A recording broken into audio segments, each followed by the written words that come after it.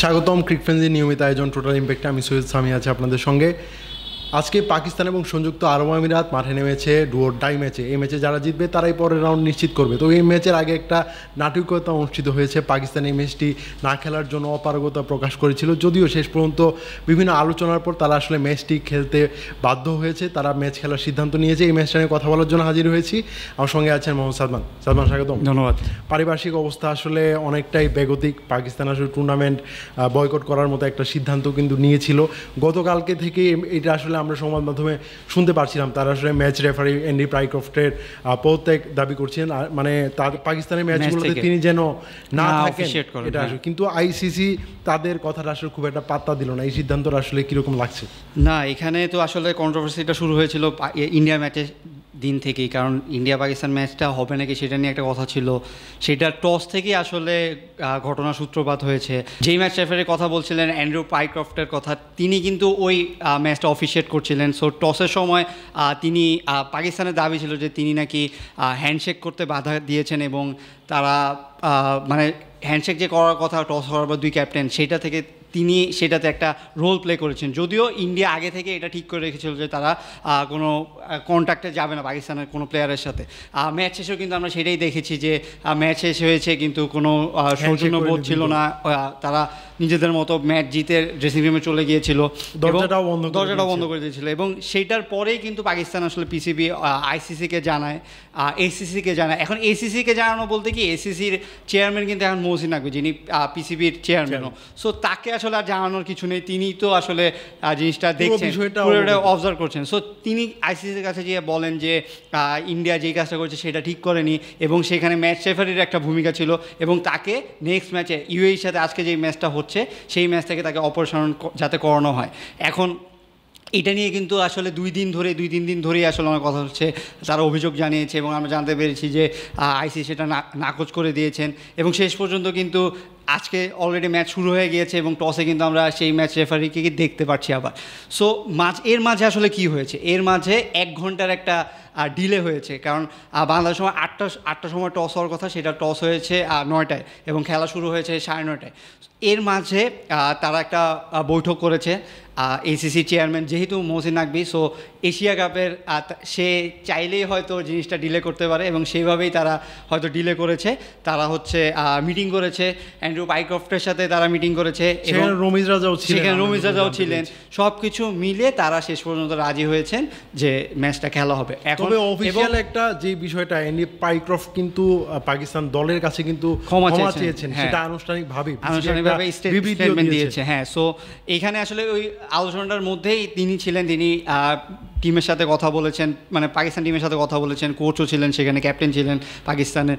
So সেখানে আসলে সমঝোতাটা হয়েছে, কিন্তু আলটিমেটলি আসলে বিষয়টা কি এত সহজেই মানে মিটমাট হয়েছে বা হয়েছে? এখানে দেখেন, যদি তিনি পিসিবির স্টেটমেন্ট অনুযায়ী যে তিনি ক্ষমা চেয়েছেন, তিনি হ্যান্ডশেক করার সময় তিনি হয়তো হালকা বাধা দিয়েছিলেন। সো এই জিনিসগুলো স্বীকার করে যদি তিনি ক্ষমা চান, তাহলে আসলে বিষয়টা কি হলো যে ইন্ডিয়া তাকে মানা করেছিল যাতে হ্যান্ডশেক না করে এবং সেই কথাটাই তিনি মাঠে প্রতিফলন আছে। এখন তবে যে বিষয়টা আমি বলি যে অ্যান্ডি পাইক্রফট কিন্তু ম্যাচের আগেই জানতেন যে ভারত সরকারের পক্ষ থেকে হয়তো বা এরকম একটা ডিসিশন আছে বা ভারতীয় দলের পক্ষ থেকে। আমরা জানি যে এই পুরো বিষয়টা আসলে গৌতম গম্ভীর হ্যান্ডেল করছেন, ঠিক আছে, সেই ব্যাপারটা। আর যেহেতু অ্যান্ডি পাইক্রফট জানতেন, তিনি কোনোভাবে আসলে হস্তক্ষেপ করেননি এই বিষয়গুলোতে। ম্যাচের পর আসলে তাকে আসলে কোনো মানে যেই সময় জানানো হয়েছিল তিনি কিন্তু কোনো রিয়াকশন করেননি। টুর্নামেন্ট কমিটির যে চেয়ারম্যান ছিলেন রাসেল নাম, তিনিও আসলে পাকিস্তান দলকে জানিয়েছিলেন যে ভারত দলের পক্ষ থেকে জানানো হয়েছিল যে আসলে হ্যান্ডশেক করবেন না। তারা বিষয়টাকে খুবই লাইটলি নিয়েছে। এই বিষয়টা যদি আগে পাকিস্তান জানতো তাহলে হয়তো বা জিনিসটা এত দূর গড়াতো না, যে জিনিসটা। আর আরেকটা জিনিস যে আমরা তো জানি যে আইসিসি এখন পুরোটাই চালাচ্ছে ভারত।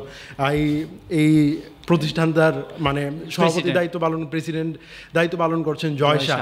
তার একটা সিদ্ধান্ত ভারতের পক্ষে যাবে, সেটা খুবই স্বাভাবিক। পাকিস্তানের আসলে এত দূর যাওয়াই আসলে উচিত হয়নি। তারা last Asia cup, champions trophy বলতে পারেন সবগুলো টুর্নামেন্টই শেষ পর্যন্ত গিয়ে তারা আসলে হার মেনেছে জয় শাহর কাছে বা ভারতীয় ক্রিকেট বোর্ডের কাছে। তারা যে সময় তাদের লিমিটটা জানে, তাদের আসলে এই পর্যন্ত যাওয়া উচিত হবে কি মানে হবে না। এখন কথা হচ্ছে যে এই যে বারবার হাকডাক হয়, পাকিস্তান বারবার বলে যে মানে তারা অনেক বড় স্ট্যান্ড নেয়, অনেক মহসিন নাকভি টুইট টুইট করেন, বিভিন্ন বিষয়ে প্রতিবাদ করেন, কিন্তু আলটিমেটলি কিন্তু তাদের যে স্ট্যান্ড থাকার কথা সেটা থাকে না ইন্ডিয়ার কাছে বা আইসিসি। ইন্ডিয়ার কাছে বলতে কি যেটা বলছিলেন যে জয় শাহ এখন প্রেসিডেন্ট, এখন জয় শাহর ব্যাকগ্রাউন্ডটাও কিন্তু দেখতে হবে। জয় শাহ যিনি বিসিসিআইতে ছিলেন, সদস্য সচিব ছিলেন, এবং এখন তিনি আইসিসির প্রেসিডেন্ট, এবং তার একটা পলিটিক্যাল ব্যাকগ্রাউন্ডও রয়েছে। সো এই পুরা বিষয়, পাকিস্তান ইন্ডিয়ার পুরো বিষয়টাই কিন্তু পলিটিক্যাল, আসলে পলিটিক্যালভাবেই কিন্তু জিনিসটা আসলে দেখা হয়, মাঠের মধ্যেও সেটা চলে এসেছে। সো এক্সকিউজ মি, সো এরপরেও যদি এই জিনিসটা মানে এইভাবে কন্টিনিউ করা, তাহলে পাকিস্তানে আসলে বুঝতে হবে যে আপনি যত করুন, হয় আপনাকে উইথড্র করতে হবে, একদম ক্রিকেট এখান থেকে সরে আসতে হবে যতদিন আইসিসি জয়সা চালাচ্ছে বা এই ইন্ডিয়া পাকিস্তানের কনফ্লিক্ট চলছে, ইন্ডিয়ার সাথে আসলে কোনো পাঙ্গাতে যেতে হবে না। না হলে আপনি স্ট্যান্ড যদি নেন তাহলে আপনি সেটা ধরে রাখবেন। তারা বলেছিল যে এই ম্যাচ রেফারি যদি থাকে তাহলে আমরা বয়কট করব, কিন্তু এখন তারা আলোচনার মাধ্যমে জিনিসটা হয়তো সুরাহা করেছে, কিন্তু এতভাবে যে হাকডাক করলো আলটিমেটলি কিন্তু কিছুই হলো না। তবে শেষ পর্যন্ত এই ম্যাচ রেফারির আন্ডারে কিন্তু তাদের খেলতে হচ্ছে। তবে আরেকটা বিষয় যে ইন্ডিয়া পাকিস্তান একই গ্রুপে থাকলে এরকম বিভিন্ন কর্মকাণ্ড পরবর্তী বিভিন্ন আইসিসির আসলে কিন্তু দেখা যেতে পারে। সো এরকম একটা ইনিশিয়েটিভ নেওয়া যায় কিনা যে এই দুই দলকে আসলে একই গ্রুপে না রাখার জন্য, এই দুই দল যেন ফাইনাল ছাড়া অন্য কোনো ম্যাচে মুখোমুখি না হয় সেই ব্যবস্থা এখন এটা তো আসলে উল্টা হয়ে যাবে, পুরো অন্য রিভার্স হয়ে যাবে। কারণ আপনি দেখবেন যে এশিয়া কাপটা যখন খেলানো হয় বা যখন স্কেডিউল করা হয় সবসময় ইন্ডিয়া পাকিস্তানকে একই গ্রুপে রাখা হয়, কিন্তু এরকম যেহেতু সমস্যা হচ্ছে, সো আপনার এই জায়গাটা এটা সুরাহা কিন্তু করতে হবে না। আপনি এখানে আরেকটা জিনিস মিস করছেন যে এই সুরাহা যে এটা করতে চায়, কিন্তু যত যাই হোক পুরোটাই কিন্তু বিজনেস।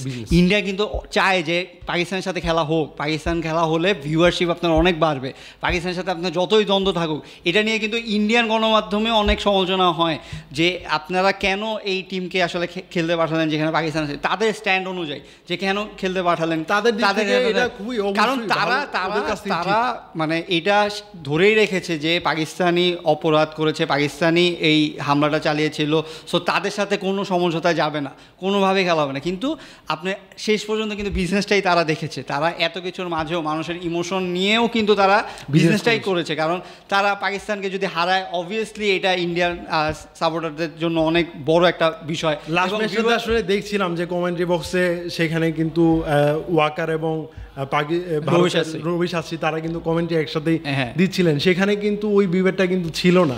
সো আমার মনে হয় যে সবটাই বিজনেস স্ট্যান্ড।